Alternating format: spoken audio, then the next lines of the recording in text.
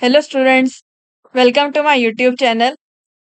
Students, आज हम लोग शुरू करने वाले इंटरनल रिकंस्ट्रक्शन वाले मॉड्यूल, जो कि टी वाई बैफ वालों को मॉड्यूल नंबर 3 में है और टी वाई बीकॉम वालों को मॉड्यूल नंबर 1 करके है। अगर आप लोग ने मेरा इंटरनल रिकंस्ट्रक्शन वाले मॉड्यूल से प्रीवियस वाला वीडियो नहीं देखा है तो प्लीज देख लीजिए। आप लोग को बहुत हेल्पफुल होगा कि आप लोग को किस टाइप की एंट्री आप लोग को डालनी है फॉर इंटरनल रिकंस्ट्रक्शन वाले मॉड्यूल में, किस फॉर्म में आपको एंट्री डालनी है, रूल्स और फिर एंट्रीज, फिर एसेट्स एंड लाइबिलिटीज का क्या रूल रहता है, वो सब आप लोग को उस वीडियो के थ्रू आप लोग को इन्फॉर्मेशन मिल जाएगी। जो भी आप लोग को इंटरनल रिकंस्ट्रक्शन जो भी आपको सम आएगा उसमें आपको तीन चीज बनानी रहती है। First is journal entry, second is capital reduction account and third is balance sheet. वो क्या आप लोग को हर एक क्वेश्चन के प्रैक्टिकल क्वेश्चन एकदम आपको एंड में लिखा रहेगा कि आप लोग को क्या चीज बनानी है फॉर दोस क्वेश्चन। तो अभी हम लोग टाइम वेस्ट नहीं करते, सबसे पहले हम लोग क्वेश्चन देखते हैं। यहाँ पर इसका क्वेश्चन है, Miss Unwell Limited has incurred heavy losses since past few years. Miss Unlimited Limited क्या किया है? कुछ साल से उसको यहाँ पर heavy losses फेस हो रहा है यहाँ पर कुछ साल से। A company adopted a scheme of reconstruction on basis of following summarized balance sheet। तो यहाँ पर कंपनी को जो हेवी लॉस फेस हो रहा था, कंपनी ने यहाँ पर डिसाइड की कि वो कुछ स्कीम ऑफ रिकंस्ट्रक्शन यहाँ पर डालती है। जो कुछ भी कंपनी लिमिटेड यानी कि sorry miss Anvel limited company की जो बैलेंस शीट है उसके अकॉर्डिंग यहाँ पर कुछ स्कीम ऑफ रिकंस्ट्रक्शन यहाँ पर अप्लाई करती है। तो ये जो सम है इसमें आपको एकदम एंड में लिखा रहेगा कि आपको बनाना क्या है। तो सबसे पहले वो देखते हैं। आपको एकदम एंड में लिखा हुआ है, you are required to pass journal entries to record the above transaction in the books of miss Anvel limited. हम लोग यहाँ पर इस क्वेश्चन में आपको जर्नल एंट्री ओनली बनानी है फॉर मिस अनवेल लिमिटेड के लिए। तो आपको जो जो इन्फॉर्मेशन दी गई है, आपको जो बैलेंस शीट दी गई है इसकी, और आपको उसको जो भी आपके फर्दर आपको जो इन्फॉर्मेशन दी गई है उसके थ्रू हम लोग को यहाँ पर जर्नल एंट्री बनानी रहेगी। तो हम लोग सबसे पहले वन बाय वन हम लोग देखते हैं, स्कीम के अकॉर्डिंग आप लोग को जर्नल एंट्री बनानी रहेगी। तो हम लोग वन बाय वन हम लोग स्कीम देखते हैं। आप लोग को इन्फॉर्मेशन में दी गई है, following scheme of reconstruction approve by the court. जो भी स्कीम यहाँ पर कंपनी ने यहाँ पर डाली है तो कोर्ट ने इसको अप्रूव कर दी है। तो वन बाय हम लोग स्कीम देखते हैं, फिर उसके बेस पे हम लोग यहाँ पर जर्नल एंट्री एंटर मारेंगे फॉर जर्नल एंट्री के लिए। नंबर 1 बोला गया है, 10% preference shares to be reduce by ₹20 per share. मतलब क्या? प्रीफरेंस शेयर्स है। प्रीफरेंस शेयर्स क्या होता है? लाइबिलिटीज होती है। हम लोग देखते हैं बैलेंस शीट, आप लोग को लाइबिलिटीज में आपको प्रीफरेंस शेयर्स दिया गया क्वेश्चन की। आपको बोला गया है 4,000 शेयर्स और ₹100 ईच फुल्ली पेड। कितना कॉस्ट दिया गया? 4 लाख। और यहाँ पर स्कीम में बोला गया 10% preference shares to be reduce by ₹20 per share. Bye बोला गया है। आप लोग को जब भी बाय आता है ना, तो आप लोग क्या करना है, आपको जो क्वेश्चन की जो बैलेंस शीट उसमें आपको देखना है फेस वैल्यू। फेस वैल्यू मतलब क्या? ये जो आपको दिया गया 4,000 शेयर्स और ₹100, ये 100 आपकी फेस वैल्यू है। प्रेफरेंस शेयर्स की फेस वैल्यू कितनी? ₹100 है। और यहाँ पर स्कीम में कंपनी ने क्या बोला गया है, to be reduce by ₹20 per share. यानी कि प्रीफरेंस शेयर्स उसकी वैल्यू ₹20 से कम होनी चाहिए। यानी कि 20 से कम होनी चाहिए मतलब क्या? फेस वैल्यू उसकी जो है ₹100 है, और यहाँ पर क्या बोला गया? बाय ₹20। बाय बोला गया ना, तो मतलब उससे कम करना है, यानी कि ₹100 से ₹20 को कम करना है। तो 100 माइनस 20 इज इक्वल टू कितना होता है? 80। अभी कंपनी के जो प्रीफरेंस शेयर्स थे कितना? ₹100 के अकॉर्डिंग थे, 4,000 शेयर्स थे। और यहाँ पर कंपनी ने जब वो हेवी लॉस में जा रही थी, उसने क्या डिसाइड की कि वो ₹20 से प्रीफरेंस शेयर्स की वैल्यू घटा देती है। तो यहाँ पर कितना, उसकी वैल्यू कितनी होगी प्रीफरेंस शेयर्स की? 100 माइनस 20 इज इक्वल टू 80 हो गई। यानी कि अभी नए वाले प्रीफरेंस शेयर्स की वैल्यू कितनी है? ₹80 उसकी नए वाले प्रीफरेंस शेयर्स की वैल्यू है। और उसकी पहली वाली वैल्यू कितनी थी जो कंपनी के पास थी? ₹100, जिसका कॉस्ट कितना था? 4 लाख रुपीज उसका टोटल कॉस्ट था, और नंबर ऑफ प्रेफरेंस शेयर्स 4,000 थे। तो अभी हम लोग सबसे पहले ये जर्नल एंट्री डालेंगे। जर्नल एंट्री में सबसे पहले आपको बैलेंस शीट में आपको प्रेफरेंस शेयर जो दिए वो आपको डालना है, बिकॉज ये जो है ये तो चला गया। अभी ये तो चला गया, इसका कोई मतलब नहीं कंपनी की, यानी कि ये आपका ओल्ड प्रेफरेंस शेयर्स बन गया। और आप लोग को जो है इसको डेबिट में डालना है। जर्नल एंट्री में डेबिट से हम लोग डालेंगे ये वाला प्रेफरेंस शेयर जो बैलेंस शीट आपको दिया गया है, यानी कि ये आपका ओल्ड प्रेफरेंस शेयर है कंपनी का। और नए वाला प्रेफरेंस शेयर्स उसने यहाँ पर वैल्यू रिड्यूस करने के बाद यहाँ पर प्रेफरेंस शेयर होल्डर्स को उसने यहाँ पर शेयर्स बेच दी। तो ये वाला आपका जर्नल एंट्री में क्रेडिट साइड आएगा, न्यू वाला। और ओल्ड वाला जो आपका बैलेंस शीट का वो आपका डेबिट साइड आएगा जर्नल एंट्री में। तो अभी हम लोग सिर्फ जर्नल एंट्री देखते हैं। ये जर्नल एंट्री इसका पैटर्न है। In the books of miss Anvel limited journal entries, number columns आएगा, पर्टिकुलर्स वाला आएगा, लेजर फोलियो वाला आएगा, डेबिट अमाउंट रुपीज कॉलम आएगा, और क्रेडिट रुपीज कॉलम आएगा। तो सबसे पहले हम लोग ने यहाँ पर कौन सा प्रेफरेंस शेयर्स को बोलते हैं, नंबर वन प्रेफरेंस शेयर्स डालते हैं। बैलेंस शीट में कौन सी दी गई है? 4000 शेयर्स और ₹100 ईच फुल्ली पेड। कितना कॉस्ट दिया गया? 4 लाख रुपीस। ये कंपनी के ओल्ड प्रेफरेंस शेयर्स, यानी कि ये तो चला गया। ना तो इसको प्रेफरेंस शेयर होल्डर्स को इससे मतलब है, ना ही कंपनी के ये वाले शेयर है उसकी वैल्यू से मतलब है। फेस वैल्यू ये वाले टाइप के शेयर से मतलब नहीं है, तो इसलिए ये चला गया। अभी इसको जो है कंपनी इसके बेस पर उसने डील की प्रेफरेंस शेयर होल्डर से, तो उसको हम लोग यहाँ पर लेना है। तो ये वाला आपका चला गया। और लायबिलिटी जब भी जाती है क्या होता है? डेबिट होती है। तो यहाँ पर क्या आएगा? नंबर वन आएगा 10% preference share capital account. Debit side आएगा कितना? 4000 शेयर्स इंटू ₹100 ईच, जो कि हम लोग को क्वेश्चन के बैलेंस शीट में दिया गया है। कितना वैल्यू इसका फिर हुआ? 4 लाख रुपीस।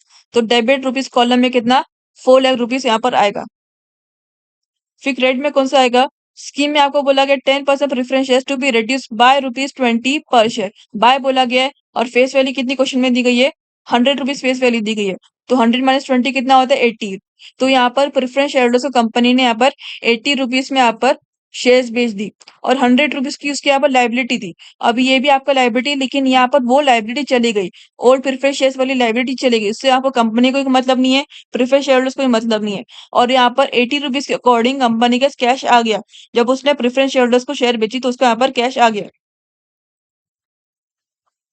तो ये आपका जर्नल एंट्री में क्रेडिट चढ़ेगा। लायबिलिटी क्या होता है? लायबिलिटी का नॉर्मली क्रेडिट बैलेंस रहता है, लेकिन जब भी वो घटती है या फिर वो चली जाती है तो क्या होती है? डेबिट होती है। और जब भी उसकी वैल्यू बढ़ती है तो क्या होती है? क्रेडिट होती है। तो यहाँ पर देख सकते हो ये वाली वैल्यू बढ़ गई, बिकॉज कंपनी को 100 वाले प्रेफरेंस शेयर रुपीज से कोई मतलब नहीं है। उसको यहाँ पर अभी ₹80 में जो प्रेफरेंस शेयर होल्डर्स को जो बेच रही है कंपनी, उससे उसको मतलब है। तो ये आपका क्रेडिट हो जाएगा। दैट इज यहाँ पर आएगा to 10% preference share capital account, that is 4000 share into ₹80। कितना आता है? ये आपका क्रेडिट साइड आएगा। कितना आएगा? क्रेडिट अमाउंट कॉलम में कितना आएगा? 4000 into ₹80 is equal to 3,20,000 rupees यहाँ पर आ गया। और कंपनी के पास जो है ओल्ड वैल्यू कितनी थी प्रेफरेंस शेयर्स की? 4 लाख उसकी ओल्ड वैल्यू थी, जो उसकी बैलेंस शीट में कंपनी के मिला था 4 लाख रुपीज। और नई वाली प्रेफरेंस शेयर जो उसने प्रेफरेंस शेयर्स को बेचा, तो उसको कितनी वैल्यू मिली? 3,20,000 उसको यहाँ पर वैल्यू मिली। तो यहाँ पर जो है कंपनी को यहाँ पर फायदा हो गया। लॉस किसका हुआ? प्रेफरेंस शेयरहोल्डर्स को। लेकिन यहाँ पर हम लोग को उसकी बात नहीं करनी है, हम लोग यहाँ पर कंपनी के पर्सपेक्टिव से सोचना है। कंपनी का बस किसका फायदा हुआ? कंपनी के यहाँ पर जो कर्ज थे उसके उसमें ₹100 के अकॉर्डिंग प्रेफरेंस शेयर्स की वैल्यू थी। लेकिन यहाँ पर जो है जब उसने प्रेफरेंस शेयर्स कितना ₹80 में बेचा, तो उसको यहाँ पर ₹20 का उसको यहाँ पर देना नहीं पड़ा प्रेफरेंस शेयरहोल्डर्स को। प्रेफरेंस शेयरहोल्डर्स को यहाँ पर ₹20 यहाँ पर देना नहीं पड़ा। अगर प्रेफरेंस शेयर्स पूरा ₹100 यहाँ पर करता, लेता कंपनी से, तो यहाँ पर उसके अकॉर्डिंग प्रेफरेंस शेयर्स को फायदा होता है। लेकिन यहाँ पर कंपनी को जो प्रेफरेंस शेयर होल्डर्स को प्रेफरेंस शेयर्स कम रुपीस में बेचना पड़ा, तो यहाँ पर कंपनी को फायदा हुआ। तो कितना रुपीस का फायदा हुआ? एक्चुअल वैल्यू उसकी ₹100 थी फेस वैल्यू, और यहाँ पर रिडक्शन वाली वैल्यू कितनी मिली? 100 माइनस 20 कितना? ₹80 यहाँ पर उसने बेचा कंपनी ने प्रेफरेंस शेयर होल्डर्स को शेयर्स। तो यहाँ पर कितना? ₹20 का फायदा हुआ कंपनी को। तो ये किधर जाएगा? कैपिटल रिडक्शन अकाउंट करके जाएगा। कितना? ₹20 के अकॉर्डिंग कितना आएगा? That is to capital reduction account, that is 4000 shares into ₹20। कितना मिलता है? 80,000 रुपीज। कितना? 80,000 रुपीज को कंपनी को यहाँ पर प्रॉफिट हो गया। क्रेडिट अमाउंट कॉलम में कितना? 80,000 रुपीज यहाँ पर आएगा। फिर इसका यहाँ पर नरेशन लिखते, being reduction in the value of preference shares, इसका नरेशन है। अभी हम लोगों ने फर्स्ट स्कीम देख ली है, now will go for second scheme. Second scheme में बोला गया है equity shares to be reduce by ₹5 per share. Again इसमें भी आपको प्रेफरेंस शेयर्स की तरफ बाय बोला गया है। तो हम लोग देते हैं लाइबिलिटी में हम लोग को इक्विटी शेयर्स कितना है। लाइबिलिटी में बोला गया क्वेश्चन की 1,60,000 shares of ₹10 each fully paid. कितना कॉस्ट दिया गया? 16 लाख रुपीज का कॉस्ट दिया गया है। नंबर ऑफ शेयर्स कितने? 1,60,000 रुपीज। और फेस वैल्यू कितनी? ₹10 है। और यहाँ पर स्कीम में बोला गया equity shares to be reduce by ₹5 per share, यानी कंपनी इक्विटी शेयर्स बेचने जब निकाली है तो कितना? 5% रुपीज से वो रिड्यूस कर रही है, यानी कि और इसकी एक्चुअल वैल्यू कितनी? ₹10 है। तो यहाँ पर ₹5 से गिरा रही, तो कितना फर्क बचा? 10 माइनस ₹5 इज इक्वल टू कितना? ₹5, यानी कि ₹5 में वो इक्विटी शेयर होल्डर्स को अपने इक्विटी शेयर्स बेच रही है। उसको यहाँ पर जो कुछ भी हेवी लॉस है उसको यहाँ पर इनकर करने के लिए। तो ये जो आपका बैलेंस शीट आपको जो इक्विटी शेयर दिए गए 1,50,000 शेयर्स, ये आपके ओल्ड इक्विटी शेयर्स, बिकॉज यहाँ पर ना तो से कंपनी को कोई मतलब है और ना ही इक्विटी शेयर होल्डर्स को, बिकॉज ये जो शेयर्स है ये यहाँ पर नए शेयर्स बनाकर इक्विटी शेयर होल्डर्स को शेयर बेच रही है। कंपनी जो है ये वाले शेयर्स को नए शेयर्स बनाकर ₹5 के अकॉर्डिंग यहाँ पर वो इक्विटी शेयर होल्डर्स को शेयर बेच रही है। तो इसको कंपनी से इसको कोई मतलब नहीं है। और इक्विटी शेयर्स को जो मतलब है वो उसका नए अभी वाले अमाउंट को पेमेंट कर कर उसको तब भी मतलब है इससे। तो ये आपका देख सकते हैं लाइबिलिटी हमेशा क्रेडिट होता है, लेकिन जब भी लाइबिलिटी घटती है फिर कम होती है तो डेबिट होती है। तो ये वाले जो शेयर्स है और उसकी जो वैल्यू है फेस 10 रुपीज, ये आपका जर्नल एंट्री में डेबिट साइड आ जाएगी। That is entry number second, equity share capital account कितना, 1,60,000 इक्विटी शेयर इंटू रुपीज 10 कितना आता है डेबिट अमाउंट कॉलम में कितना आएगा, 16 लाख रुपीज। यहाँ पर क्वेश्चन में दिया था 16 lakh rupees debit amount column में यहाँ पर आएगा। फिर क्रेडिट साइड में ये जो स्कीम के अकॉर्डिंग आपको बोला गया equity share to be reduce by rupees 5 per share, ये आपको बोला गया कितना, 5 रुपए उसकी वैल्यू गिर गई और उसकी फेस वैल्यू कितनी थी क्वेश्चन में, 10 रुपीज थी, तो 5 वाली से गिर गई तो कितना बचा, 10 - 5 = रुपीज 5, यानी कि इक्विटी शेयर अभी कंपनी ने इक्विटी शेयर को जो इक्विटी शेयर जो भी बेची कितना, 5 रुपए के अकॉर्डिंग बेची, क्योंकि उसको यहाँ पर अपना लॉस यहाँ पर लेना था, सारे के सारे लॉस को रिकवर करना था। तो यहाँ पर ये क्या आएगा, ये अभी नए वाले इक्विटी शेयर हो गए और कंपनी को जो है अगर कम देना पड़े लाइबिलिटी तो उसको बहुत फायदा होता है, तो यहाँ पर उसको कम देना पड़ा तो लाइबिलिटी यहाँ पर क्या होगी, क्रेडिट हो जाएगी। ये वाली इक्विटी शेयर जो है यहाँ पर क्रेडिट हो जाएगी, जनरल एंट्री में कितना क्रेडिट साइड जाएगा, बिकॉज लाइबिलिटी जब भी घटती है तो डेबिट होती है और जब भी बढ़ती है तो क्या होती है, क्रेडिट होती है। तो लाइबिलिटी अगर यहाँ पर ये हो रही है, सॉरी, लाइबिलिटी जब भी घटती है तो यहाँ पर डेबिट होती है और जब भी बढ़ती है तो क्रेडिट होता है। तो यहाँ पर जो है कंपनी को फायदा ही हो रहा है, बिकॉज यहाँ पर कंपनी को 5 रुपए कम के अकॉर्डिंग उसको यहाँ पर इक्विटी शेयर्स देने पड़े शेयर होल्डर को। तो ये आपको किधर जाएगा, ये आपको जनरल एंट्री में क्रेडिट साइड जाएगा। That is to equity share capital account कितना आएगा, 1,60,000 इंटू रुपीज 5 कितना होता है, 8 लाख रुपीज यहाँ पर होता है, तो क्रेडिट अमाउंट कॉलम में कितना, 8 लाख रुपीज यहाँ पर आएगा। फिर देख सकते हो अभी हम लोग को डेबिट में कितनी वैल्यू मिली थी, 16 लाख रुपीज उसकी वैल्यू मिली थी और क्रेडिट अमाउंट कॉलम में कितना, 8 लाख रुपीज उसकी वैल्यू मिली थी। तो ये क्या हुआ, अभी देख सकते हो इक्विटी शेयर की जो एक्चुअल वैल्यू थी कितना, 16 लाख रुपीज इसकी वैल्यू थी और ये लाइबिलिटी थी, लाइबिलिटी अभी घट गई। तो क्या हुआ यहाँ पर, इक्विटी शेयर होल्डर्स के लिए कंपनी को यहाँ पर कम पे करना पड़ा, उसको कितना, 8 लाख रुपीज उसको पे करना पड़ा। उसने यहाँ पर इक्विटी शेयर होल्डर्स को जो जो कुछ अमाउंट पे किया कितना, 8 लाख रुपीज पे किया इक्विटी शेयर से। उसने जो भी शेयर कंपनी ने जो कुछ भी शेयर इक्विटी शेयर से खरीदे, कितने रुपीज में खरीदे, 8 लाख रुपीज में से खरीदे। तो 16 lakh minus 8 lakh equals to कितना, 8 लाख रुपीज। और 8 लाख रुपीज का फायदा कंपनी को 8 लाख रुपीज पे नहीं करना पड़े, तो किधर जाएगा वो आपके जर्नल एंट्री में क्रेडिट जाएगा, टू कैपिटल रिडक्शन अकाउंट करके जाएगा। तो यहाँ पर हम लोग लिखते हैं टू कैपिटल रिडक्शन अकाउंट कितना, 1,60,000 इंटू रुपीज 5, बिकॉज 5 रुपए का फायदा हो कंपनी को 5 रुपए और नहीं पे करना पड़े हर एक शेयर को बेचने के लिए। तो कितना हुआ, 8 लाख रुपीज। तो क्रेडिट अमाउंट कॉलम में कितना, 8 लाख रुपीज यहाँ पर आएगा। To capital reduction account 8 lakh rupees credit amount column में आएगा। फिर इसका नरेशन लिखते हैं, being reduction in the value of equity shares.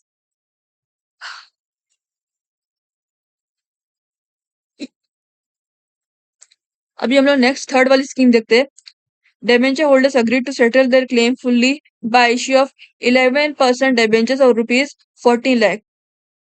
हम लोग बैलेंस शीट में देखते हैं, डेबेंचर आपकी लाइबिलिटी, तो बैलेंस शीट में लाइबिलिटी में कितना आ रहा है डेबेंचर, 10% डेबेंचर का कितना अमाउंट मिलेगा, 20 लाख। यानी कि कंपनी ने जो कुछ भी डेबेंचर होल्डर से जितने भी डेबेंचर खरीदी तो कितना, कंपनी को डेबेंचर होल्डर को 20 लाख रुपीज का पेमेंट करना है। लेकिन यहाँ पर स्कीम के अकॉर्डिंग डेबेंचर होल्डर ने क्या बोला, debenture holder agree to settle the claim fully by issue of 11% debenture of rupees 14 lakh. यानी कि डेबेंचर होल्डर जो कुछ भी कंपनी का देगा कंडीशन ऐसी है, लॉस में जा रही कंपनी या जो भी डिस्कशन हुई कंपनी और उनके बीच, तो डेबेंचर होल्डर क्या मान गया कि मुझे अभी 11% डिबेंचर दो लेकिन 14 लाख रुपीज में, यानी कि उसने अभी अपनी वैल्यू घटा दिया। यानी कि 20 लाख रुपीज की एक्चुअल वैल्यू थी, कंपनी को उसको 20 लाख रुपीज का पेमेंट करना था, लेकिन अभी उसने बोल दिया कि मुझे पूरा 20 लाख मत दो, तुम अभी मुझे 14 लाख रुपीज पेमेंट कर दो डिबेंचर के लिए, लेकिन 11% डिबेंचर फॉर्म, यानी कि न्यू डिबेंचर की फॉर्म में यहाँ पर पेमेंट कर दो। तो ये जो है अभी अगेन इसमें भी आपको 10% डिबेंचर, कंपनी को इससे मतलब नहीं है, बिकॉज यहाँ पर कंपनी जो है ये देख सकते हैं ये आपकी लाइबिलिटी घट गई कितना, 10% डिबेंचर की 20 लाख रुपीज थी, अभी वो घट गई तो किधर जाएगा, तो लाइबिलिटी जब भी घटती है तो किधर जनरल एंट्री में डेबिट साइड जाती है, तो 10% डिबेंचर कहाँ जाएगा, जनरल एंट्री में डेबिट साइड जाएगा।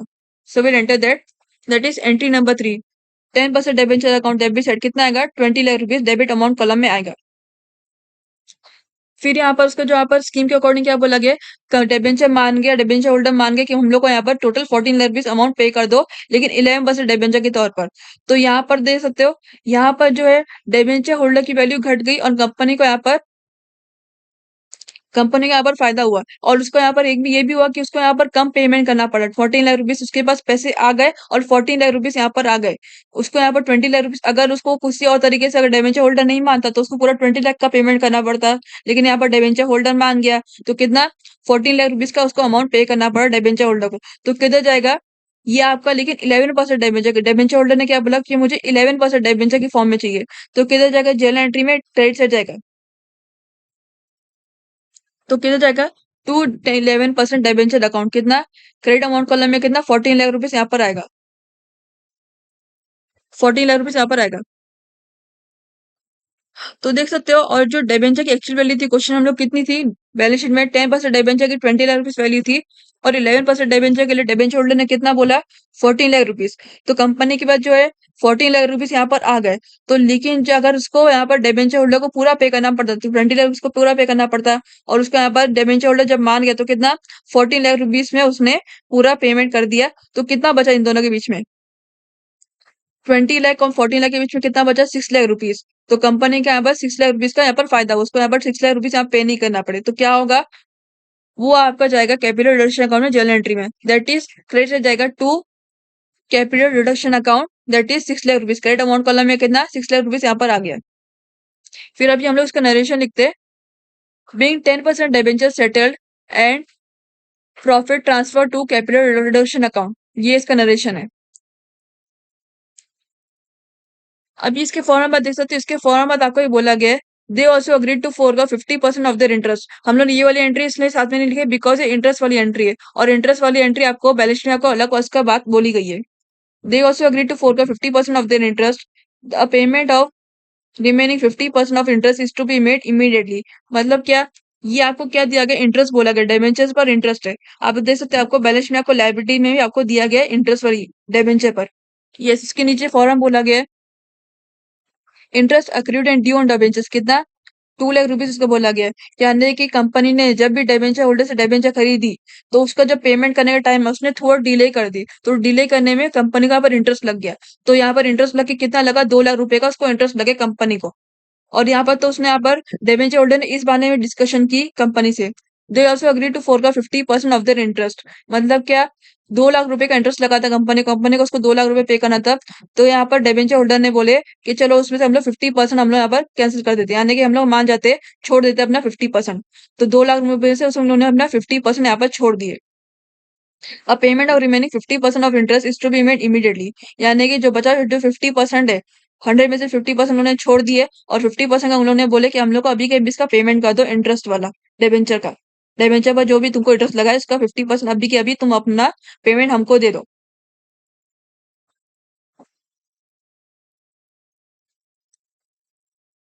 तो यहाँ पर ये क्या आएगा, ये जो है इसमें आपको देख सकते interest accrued due and debenture 2 lakh rupees. अभी यहाँ पर जो है कंपनी ने यहाँ पर उसमें सौदा कर लिया, डिबेंचर होल्डर ने अपने सारे के सारे सेटलमेंट कर दी इंटरेस्ट को लेकर भी।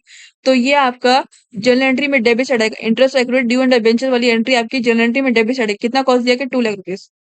तो किधर आएगा, entry number 4, interest accrued and due and debenture account, कितना डेबिट साइड में, कितना डेबिट अमाउंट कॉलम में आएगा 2 लाख रुपीज। फिर यहाँ पर जो उसने बोला they also agree to forgo 50% of their interest, तो यहाँ पर डिबेंचर होल्डर ने अपना 50% छोड़ दिए, तो छोड़ दिए तो किधर आएगा, वो जर्नल एंट्री में क्रेडिट साइड आएगा टू कैपिटल रिडक्शन अकाउंट के, that is to capital reduction account. Credit amount column में कितना आएगा, 2 लाख का 50% कितना होता है 1 लाख रुपीज। तो क्रेडिट अमाउंट कॉलम में कितना 1 लाख रुपीज, यानी कि 1 लाख रुपीज उन लोगों ने छोड़ दिए डिबेंचर होल्डर ने अपना। फिर उसके आगे फॉर्म बोला गया स्कीम में, a payment the payment of remaining 50% of interest is to be made immediately। Debenture holder ने बोले कि हम लोग को 50% का इंटरेस्ट, 50% इंटरेस्ट पर जो 50% है उसका हम लोग को अभी के अभी पेमेंट चाहिए तुम्हारी तरफ से, कंपनी को बोले। तो यानी कि अभी के अभी बोले तो कंपनी यहाँ पर किस फॉर्म में देगी, तो कंपनी यहाँ पर कैश के फॉर्म में देगी। तो ये वाली एंट्री कैश के फॉर्म में आएगी, दैट इज टू कैश और बैंक अकाउंट। कितना होता है 2 लाख का 50%, 2 लाख के मुताबिक ही देना है, तो 2 लाख का 50% कितना होता है 1 लाख रुपीज, यानी कि कंपनी यहाँ पर 1 लाख रुपीज इमीडिएट पेमेंट कर दी इंटरेस्ट वाला। तो क्रेडिट अमाउंट कॉलम में कितना 1 लाख रुपीज यहाँ पर आएगा। फिर अभी इसका नेक्स्ट नरेशन लिखेंगे, being 50% of interest accrued on debenture foregone and the balance settled immediately। ये इसका नरेशन है। फिर अभी देखते हैं scheme number fourth. Scheme number fourth बोला गया stock to be appreciated by ₹60,000। इसमें भी आपको बाय बोला गया, बाय ₹60,000 बोला गया है। और स्टॉक बोला गया, स्टॉक क्या होता है, आपका एसेट होता है। हम लोग देखते हैं, आपको बैलेंस शीट में आपको दिया होगा स्टॉक, है बस स्टॉक का आपको कितना बोला गया, स्टॉक है ₹80,000 की वैल्यू दी गई एसेट्स की। और यहाँ पर बोला गया stock to be appreciate by ₹60,000। लेकिन देख सकते हैं इसमें आपको बाय तो बोला गया है, लेकिन इसके हमें कुछ नहीं बोला गया, पर कुछ नहीं बोला गया है। अगर आप लोग को सोचोगे कि इक्विटी शेयर प्रेफरेंस शेयर आपको कैसा दिया गया था, तब आपको पर बोला गया था, तब पर, और उसमें नंबर भी थे। लेकिन स्टॉक के पर नंबर थोड़ी नहीं दी गए, क्वेश्चन में आपको कितने स्टॉक है वो सब आपको थोड़ी नहीं बताया गया। तो stock to be appreciate by ₹60,000, तो अगर हम लोग अमाउंट डालेंगे तो डायरेक्ट अमाउंट डालेंगे, उसमें आपको कोई ना कोई मल्टीप्लिकेशन कुछ नहीं करना है। और स्टॉक है एप्रिशिएट हुआ है, और एसेट जब भी एप्रिशिएट होता है, स्टॉक एसेट से, तो स्टॉक जब भी एसेट जब भी एप्रिशिएट होता है तो किधर जाता है, जनरल एंट्री में डेबिट साइड जाता है। तो स्टॉक जो है आपको जनरल एंट्री में डेबिट साइड जाएगा, और कितना अमाउंट का 60,000 रुपीज, बिकॉज कितना 60,000 से ये वैल्यू एप्रिशिएट हो रही है, तो किधर जाएगा, जनरल एंट्री में डेबिट साइड स्टॉक करके जाएगा। That is entry number fifth, stock account debit side कितना, डेबिट अमाउंट कॉलम में कितना 60,000 रुपीज क्वेश्चन में दिया गया था, तो 60,000 रुपीज यहाँ पर आएगा। और क्रेडिट में कौन सा जाएगा, अभी यहाँ पर अगर स्टॉक यहाँ पर ऐसे डेबिट हो रहा है तो क्रेडिट क्या होगा, सीआर अकाउंट वाला क्रेडिट होगा, तो किधर जाएगा, to capital reduction account. Credit amount column में कितना सेम अमाउंट आएगा, 60,000 रुपीज यहाँ पर आएगा क्रेडिट अमाउंट कॉलम है। फिर अभी इसका नरेशन आएगा, बेइंग स्टॉक वैल्यू अप्रिशिएटेड, ये वैल्यू काफी है, being stock value appreciated.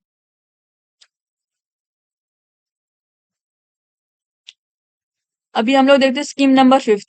Scheme number fifth में आपको बोला गया है fictitious assets and debit balance profit and loss account to be written off. ये हम लोग सबसे लास्ट में लिखते हैं, बिकॉज ये आपका एसेट से रिलेटेड आपकी एंट्री फिक्टिशियस एसेट और रिटर्न ऑफ वाली एंट्री है। तो हम लोग जब भी जर्नल एंट्री बनाते हैं इसमें आपको ऑलमोस्ट आप लोग ये करो कि आप लोग ये वाली एंट्री एकदम एंड में लिखो, अदरवाइज आप लोग की चॉइस है। मैं आप लोग को एकदम एंड में बताऊंगी ये वाली एंट्री कैसे डालनी है। फिर अभी हम लोग नेक्स्ट वाली एंट्री देखते हैं, scheme number six. 75% of the creditors agreed to forgo the claim by 10%। 75% of the creditors मतलब क्या, अभी हम लोग देखते हैं बैलेंस शीट में आपको लाइबिलिटी में आपको दिया, क्रेडिटर आपकी लाइबिलिटी आती है। क्रेडिटर कौन होता है, सप्लायर, कंपनी को उनको पेमेंट करना रहता है। जो भी कंपनी उनसे रॉ मटेरियल इनपुट जो कुछ भी परचेस करती है, तो क्रेडिटर उनको बोलते हैं। तो यहाँ पर कंपनी में लाइबिलिटी में आएगी क्रेडिटर, तो क्रेडिटर का अमाउंट कितना, 8 लाख रुपीज दिया गया है। और स्कीम में क्या बोला गया, 75% ऑफ द क्रेडिटर्स, मतलब ये जो आपको अमाउंट दिया गया ना क्रेडिटर वाला अमाउंट, ये आपको 100% क्रेडिटर वाले दिया गया, 100% क्रेडिट, यानी कि सारे के सारे क्रेडिटर के अकॉर्डिंग यहाँ पर उसका 8 लाख रुपीज दिया गया है।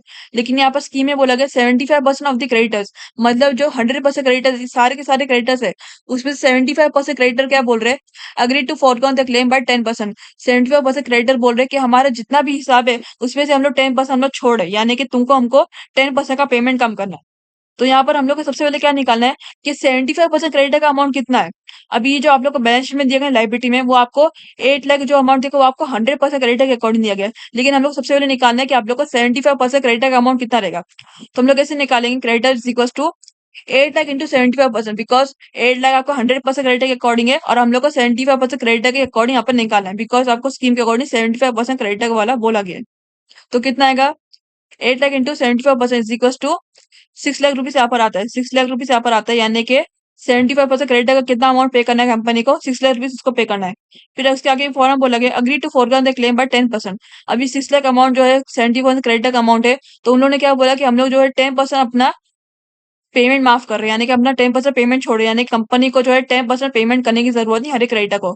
तो कितना, 75% क्रेडिटर अगर 6 लाख है तो उसका 10% हम लोग माफ कर दें, कितना मिलेगा, 6 लाख इंटू 10% कितना, 60,000 रुपीज। तो यानी कि कंपनी को जो है सारे के सारे 75% क्रेडिटर को कितना, 60,000 रुपीज यहाँ पर पे करना है, ओनली 60,000 रुपीज यहाँ पर उसको पे करना है सारे के सारे क्रेडिटर को। तो यहाँ पर देख सकते हो, यहाँ पर जो आपकी वैल्यू घट रही है, इसमें जो आपका 60,000 रुपीज आपको मिल गया, जबकि आपका 100% क्रेडिटर का कितना, 8 लाख रुपीज था, और 74% क्रेडिटर का कितना, 6 लाख रुपीज था। तो उन लोगों ने यहाँ पर क्रेडिटर ने कितना, 10% उसमें उन लोगों ने माफ कर दी, तो कितना बचा, 60,000 रुपीज। तो ये किधर आएगा, जनरल एंट्री में डेबिट साइड आएगा, बिकॉज क्रेडिटर क्या है, लाइबिलिटी है, लाइबिलिटी जब भी घटती है तो किधर आती है, जनरल एंट्री में डेबिट साइड जाती है। तो ये किधर आएगा, जनरल एंट्री में डेबिट साइड, और उसका अमाउंट कितना आएगा, 60,000 रुपीज, 60,000। तो हम लोग यहाँ पर एंटर करते हैं, दैट इज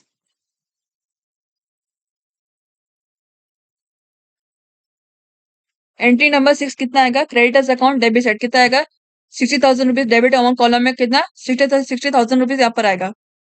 और क्रेडिट में क्या आएगा, क्रेडिट में आएगा to capital reduction account, because अगर क्रेडिट अगर लाइबिलिटी और वो डेबिट हो रहा है, घट रहा है, तो क्रेडिट क्या होगा, यहाँ पर टू कैपिटल रिडक्शन अकाउंट के क्रेडिट होगा, कितना सेम अमाउंट आएगा, क्रेडिट अमाउंट कॉलम में कितना 60,000 रुपीज, उसका भी सेम आएगा 60,000 रुपीज। फिर आप इसका नरेशन लिखेंगे, being 75% of the creditors foregone they claim by 10%।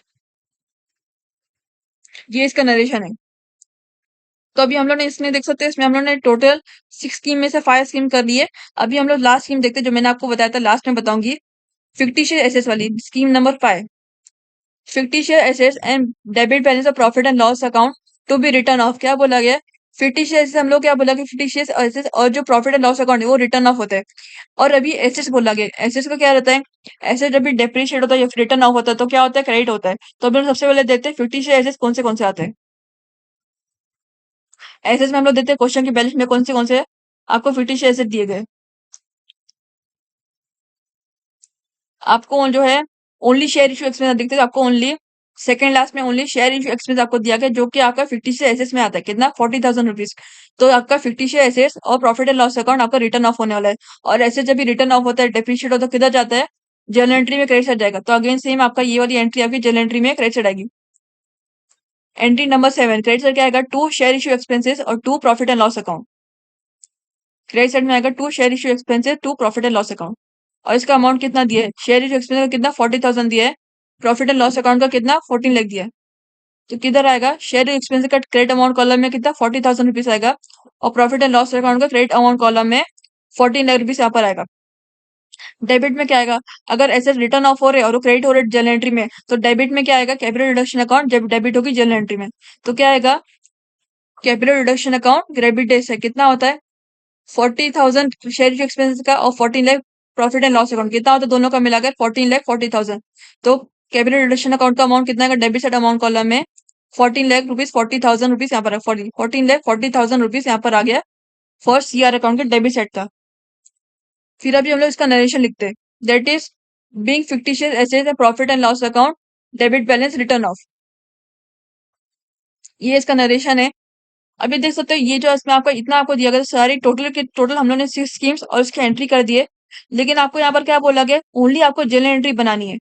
तो अगर आपको ओनली जनरल एंट्री बनानी है ना, तो भी आपको सीआर अकाउंट, यानी कि आपको, मैंने आपको शुरू में बताया, आपको 3 चीज बनानी रहती है। आपको जब भी इंटरनल रिकंस्ट्रक्शन मॉडल का सम आता है, एक आपको जनरल एंट्री, बैलेंस शीट और कैपिटल रिडक्शन अकाउंट। अगर आपको ओनली जनरल एंट्री बोला गया, तो भी आपको कैपिटल रिडक्शन अकाउंट बोलना है। बनाना क्यों है, बिकॉज आप में जनरल एंट्री में आपकी एक एंट्री ऐसी आती है जो आपकी आपको कैपिटल रिडक्शन अकाउंट की मिलती है। जो कैपिटल रिडक्शन में जो बैलेंस आएगा वो आपकी जनरल एंट्री में आपको ट्रांसफर होता है। तो इसलिए आपको जनरल एंट्री बनाना जरूरी है, फिर चाहे आपको क्वेश्चन में, सॉरी, कैपिटल रिडक्शन को बनाना जरूरी है, फिर चाहे आपको क्वेश्चन में दिया गया हो नहीं दिया गया हो। अगर आपको ओनली जनरल एंट्री बनाने बोला गया, तो भी आपको कैपिटल रिडक्शन को बनाना है। अगर आपको नहीं बोला गया है, तो भी आपको बनाना है। बोला गया तो भी बनाना है, नहीं बनाने बोला गया तो भी आपको बनाना ही है, दोनों में। तो इसलिए हम लोग कैपिटल रिडक्शन को भी बनाते हैं। ये इसका फॉर्मेट है, कैपिटल रिडक्शन का, debit side particulars, credit side particulars. तो आपको मालूम होगा, मैंने आपको वीडियो में बताया कि आपको कैपिटल रिडक्शन कैसे बनाना रहता है। लास्ट वीडियो मैंने आपको बताया था, इंट्रोडक्शन वाली वीडियो में, इस मॉड्यूल की। आपकी जब भी जर्नल एंट्री बनाती है, उसके बेस पर आपको कैपिटल रिडक्शन का बनाना रहता है। तो आपको जो है कैसे बनाना रहता है, आपको जर्नल एंट्री में वन बाय वन देखना है कि आपको कौन सी एंट्री में कैपिटल रिडक्शन अकाउंट वाली एंट्री मिली है। अगर आपको कोई भी एंट्री, समझो कि आपको एक एंट्री में आपको capital reduction account credit side मिला है, तो आपको कैपिटल रिडक्शन अकाउंट के क्रेडिट साइड में उसकी डेबिट वाले नाम से, यानी कि जर्नल एंट्री में जो डेबिट वाले नाम से जो एंट्री आई है, वो नाम से आपको कैपिटल रिडक्शन के क्रेडिट साइड में आपको वो वाले नाम से डालना है। और लेकिन अमाउंट जो आपको सीआर अकाउंट वाले अमाउंट डालना है, जो कि आपको जर्नल एंट्री में आपको सीआर अकाउंट करके जो अमाउंट मिलेगा, वही वाला अमाउंट आपको सीआर अकाउंट क्रेडिट साइड में डेबिट वाले नाम से डालना है। तो हम लोग सबसे पहले वन बाय देखते, सबसे पहले पहली जर्नल एंट्री कौन सी थी हम लोग की, पहले जनरल एंट्री में आपको प्रेफरेंस शेयर्स में किधर मिला था, आपको टू इक्विटी सीआर अकाउंट मिला था, टू सीआर अकाउंट मिला था। कितना मिला था, उसका वैल्यू 80,000 रुपीज उसकी वैल्यू मिली थी। और डेबिट साइड में कौन सी एंट्री थी, 10% प्रेफरेंस शेयर कैपिटल अकाउंट। तो ये आपको किधर जाएगा, अभी देख सकते हैं यहाँ पर आपका सीआर अकाउंट क्रेडिट साइड में आ रहा है, तो किधर आ जाएगा, सीआर अकाउंट के क्रेडिट साइड में आपके डेबिट वाले नाम से एंट्री आएगी। 10% प्रीफरेंस शेयर कैपिटल अकाउंट, ये आपका डेबिट वाले नाम से एंट्री है, तो ये आपका सीआर अकाउंट के डेबिट क्रेडिट साइड में 10% प्रीफरेंस शेयर कैपिटल अकाउंट करके आएगा, और अमाउंट जो सीआर अकाउंट वाला अमाउंट है जो आपके जनरल एंट्री में मिला था। तो यहाँ पर सीआर अकाउंट का अमाउंट कितना मिला था हम लोग को, 80,000 रुपीज। तो भी एंटर करते हैं यहाँ पर, that is CR account credit side में यहाँ पर एंटर करते हैं by 10% preference share capital account 80,000 rupees. फिर नेक्स्ट वाला देखते हैं, नेक्स्ट एंट्री नंबर 2, अगेन इसमें भी आपका सेम है। इसमें आपका आपका सीआर अकाउंट जो है आपका क्रेडिट साइड में आ रहा है, और डेबिट में कौन सा आ रहा है, इक्विटी शेयर कैपिटल अकाउंट। तो अभी हम लोग यहाँ पर ये वाली सेम एंट्री यहाँ पर सीआर अकाउंट के क्रेडिट साइड में यहाँ पर एंटर करते हैं डेबिट वाले नाम से। तो क्या आएगा, by equity share capital account, कितना दिया था सीआर अकाउंट का अमाउंट हम लोग को जनरल एंट्री में, आपको दिया गया था 8 लाख रुपीज। तो यहाँ पर आपका आएगा सीआर अकाउंट के क्रेडिट साइड में आपका 8 लाख रुपीज आएगा आएगा by equity share capital account करके। फिर नेक्स्ट हम लोग देखते हैं, नेक्स्ट वाली स्कीम के अकॉर्डिंग आपको जनरल एंट्री मिली है डेबेंचर वाली एंट्री। अगेन इसमें आपका सेम है, इसमें आपका सीआर अकाउंट जो है क्रेडिट साइड आ रहा है, तो डेबिट में कौन सा आ रहा है, 10% डेबेंचर अकाउंट, और सीआर अकाउंट का अमाउंट कितना हम लोग को मिला था, सीआर अकाउंट में आपको मिला था 6 लाख रुपीज। तो किधर आएगा, सीआर अकाउंट के क्रेडिट साइड में लिखेंगे by 10% debenture account 6 lakh rupees यहाँ पर आएगा। फिर उसके फॉर्म बाद देखते हैं एंट्री नंबर 4। अगेन इसमें आपका सेम है, इसमें आपका इंटरेस्ट वाली एंट्री है, इसमें आपको सीआर अकाउंट जो आपको क्रेडिट साइड में मिल रहा है। तो क्या आएगा, और सीआर अकाउंट अमाउंट कितना मिला हम लोग को, यहाँ पर सीआर अकाउंट का अमाउंट 1 लाख रुपीज मिला है। तो यहाँ पर आपका आएगा सीआर अकाउंट क्रेडिट साइड में आएगा bye interest accrued and due and debentures account 1 lakh rupees, because आपकी जनरल एंट्री में आपको जो है डेबिट वाले नाम से entry interest accrued and due and debentures मिला, और सीआर अकाउंट जो आपको क्रेडिट साइड में आ रहा है जनरल एंट्री में। तो हम लोग यहाँ पर इसलिए यहाँ पर लिखे bye interest accrued due and debentures account, और सीआर अकाउंट का अमाउंट कितना मिला था हम लोग को जनरल एंट्री में for this entry number 4, 1 lakh rupees. तो यहाँ पर इसलिए क्रेडिट अमाउंट कॉलम में कितना 1 लाख रुपीज यहाँ पर डाल the under capital reduction account. फिर से आपकी एंट्री नंबर फोर्थ भी हो गई। Now will go for entry number 5। Again इसमें भी आपको देख सकते हैं आपका सीआर अकाउंट क्रेडिट साइड आ रहा है, और डेबिट में कौन सा आ रहा है, स्टॉक अमाउंट आ रहा है, और इसमें आपका एक ही अमाउंट दिया है, तो इसलिए हम लोग को यहाँ पर इतना सोचने की जरूरत नहीं। तो क्या आएगा, सीआर अकाउंट क्रेडिट साइड में क्या आएगा, बाय स्टॉक अकाउंट कितना 60,000 रुपीज यहाँ पर आएगा, 60,000 रुपीज। फिर आते हैं एंट्री नंबर 5 में, सॉरी एंट्री नंबर 6 में। एंट्री नंबर 6 में आपको अगेन इसमें आपका क्रेडिट वाली एंट्री, इसमें आपको सीआर अकाउंट, इसमें भी आपका क्रेडिट साइड आ रहा है, और डेबिट में कौन सा आ रहा है, क्रेडिट अकाउंट आ रहा है। कितना अमाउंट दिया इसका, इसका भी 60,000 रुपीज यहाँ पर दिया है। तो हम यहाँ पर सीआर अकाउंट में डालते हैं, सीआर अकाउंट के क्रेडिट साइड में आएगा आएगा आपका बाय क्रेडिटर्स अकाउंट 60,000 रुपीज यहाँ पर आएगा, 60,000 रुपीज। फिर आते हैं एंट्री नंबर 7 में।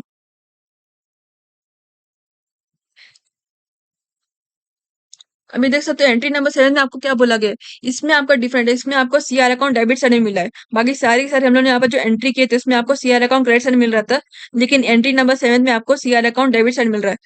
तो हम लोग क्या करेंगे, जैसे हम लोग ने उसके टाइम पर किया था सीआर अकाउंट में क्रेडिट साइड के टाइम पर, अगेन इसमें भी आपको ऐसे ही करना है।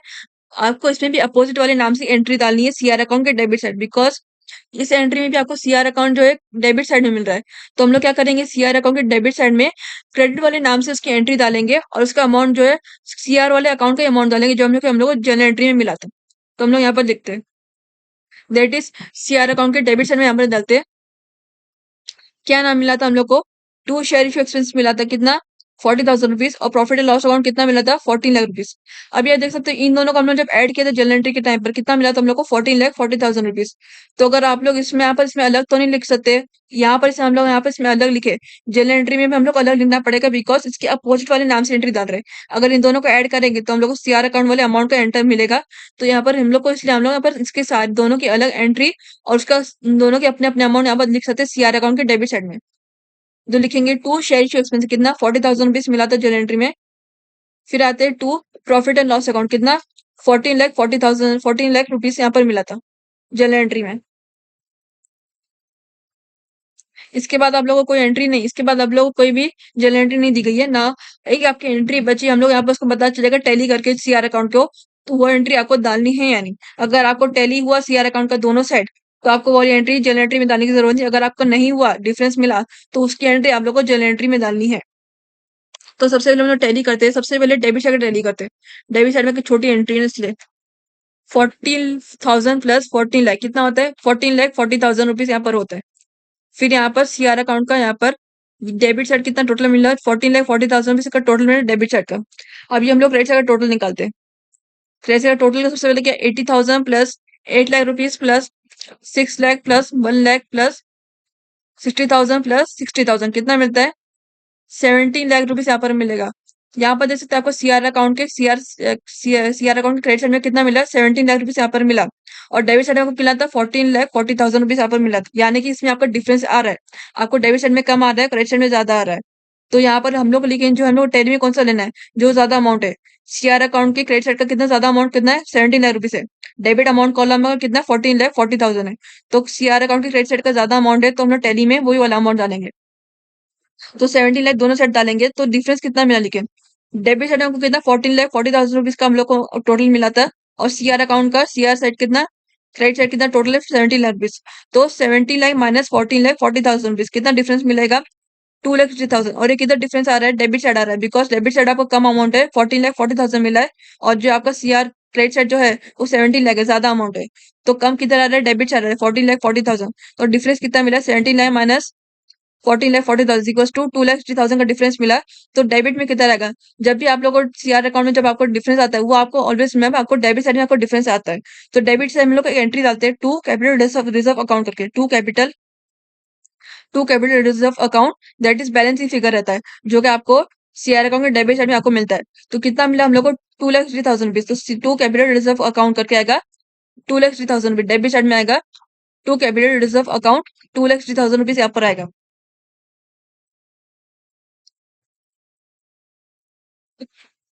तो अभी हम लोग ने यहाँ पर सीआर अकाउंट का टोटल यहाँ पर निकाल दी सारे दोनों साइड का, और उसका बैलेंस की फिगर भी निकाल दिए।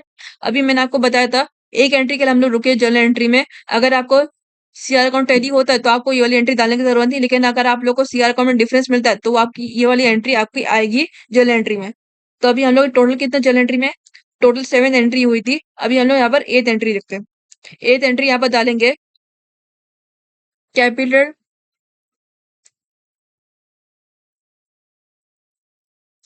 अभी हम लोग यहाँ पर एंट्री नंबर ये डालेंगे, that is capital reduction account to capital reserve account. Because यहाँ पर जो है आपका कैपिटल रिजर्व जो है आपका डेबिट साइड में आ रहा है। और आप लोग को मालूम होगा जब भी जब जनरल एंट्री मैंने आपको बताया था, अगर जनरल एंट्री में आपका सीआर अकाउंट क्रेडिट साइड आ रहा है तो उसकी अपोजिट वाले नाम से एंट्री आएगी सीआर अकाउंट की क्रेडिट साइड में।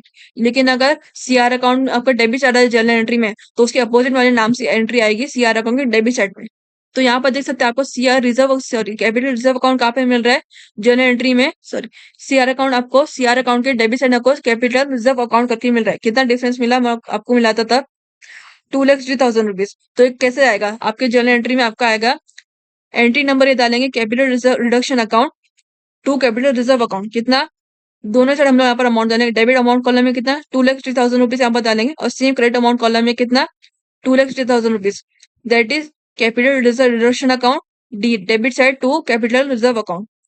फिर अब इसका नरेशन लिखेंगे, बिंग बैलेंस ट्रांसफर, इतना काफी है। ये सब में आपको डिफरेंस मिला था, इसलिए हमने यहाँ पर सीआर अकाउंट अब बनाए। अगर आप लोग को जो है क्वेश्चन में बोला जाए बनाने या नहीं बनाने, तो भी आपको बनाना है। अनलेस अगर आप लोग को पता है कंफर्मली, आपने सारा का सारा कैलकुलेशन किया जर्नल एंट्री में कि आपका सीआर अकाउंट की सारी की सारी एंट्री कन्फर्म की कैलकुलेशन, अगर आपको इसमें डिफरेंस नहीं मिला डेबिट साइड को लेकर भी और क्रेडिट साइड को लेकर भी, तो आपको नहीं बनाने की जरूरत है।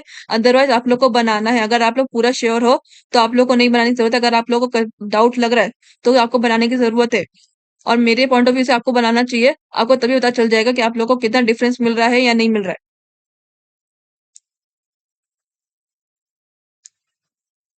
बस आपके लिए यही सम था। नेक्स्ट वीडियो में हम लोग नेक्स्ट सम देखेंगे related to this internal reconstruction वाले मॉडल का। फिर मिलते हैं नेक्स्ट वीडियो में।